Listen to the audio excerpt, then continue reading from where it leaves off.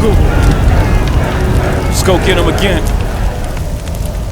Welcome back to the Robezoid channel. I'm your host Mark, and welcome to your Subscriber's Choice Tuesday video, where you get to choose what this nose is going to smell. Sampling Samples edition. Of course, sampling is key, and these are all fragrances, niche, high-end, designer, or indie. So this one gets a lot of love. I try to switch it every week. So if you're new to this, basically all you have to do is the Subscriber's Choice. So you choose your comment below, only one per YouTube handle. You just put the name of the fragrance of one of these that I've chosen, and then I just compile the votes. I give you 48 hours as per the launch of this video. So this is Tuesday morning. Thursday morning, I cut you off, no more votes, and then I compile them, and then I work on it, and then the Saturday after that, you get the review as your Subscriber's Choice. So very easy peasy. We have 4 returnees, and we have 1 that is replacing the one that won the other week. So let's get into it. We have 2 now that have been here since the launch of this Subscriber's Choice. So let's get into it. The first one from Christian Dior, their Privé lineup, Dioriveria.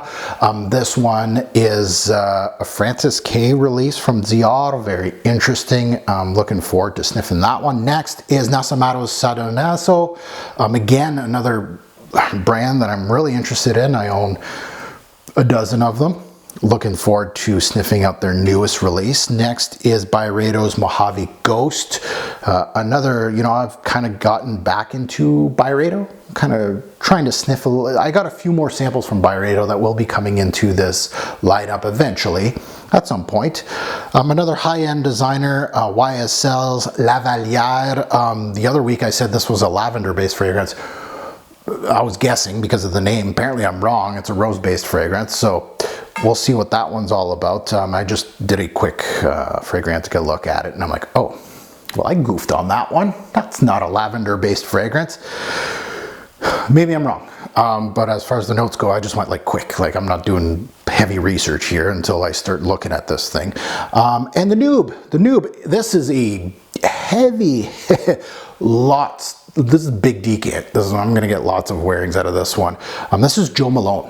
And I don't remember the last time I smelled a Jo Malone, but this one had hype in the fragrance community. This is Myrrh and Tonka. So Myrrh et Tonka.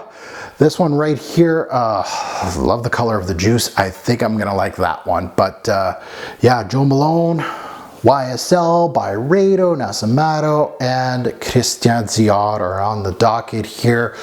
You know what to do. Comment below. Let me know which one you want me to review. See you next week for the next Subscriber's Choice. Have a good one.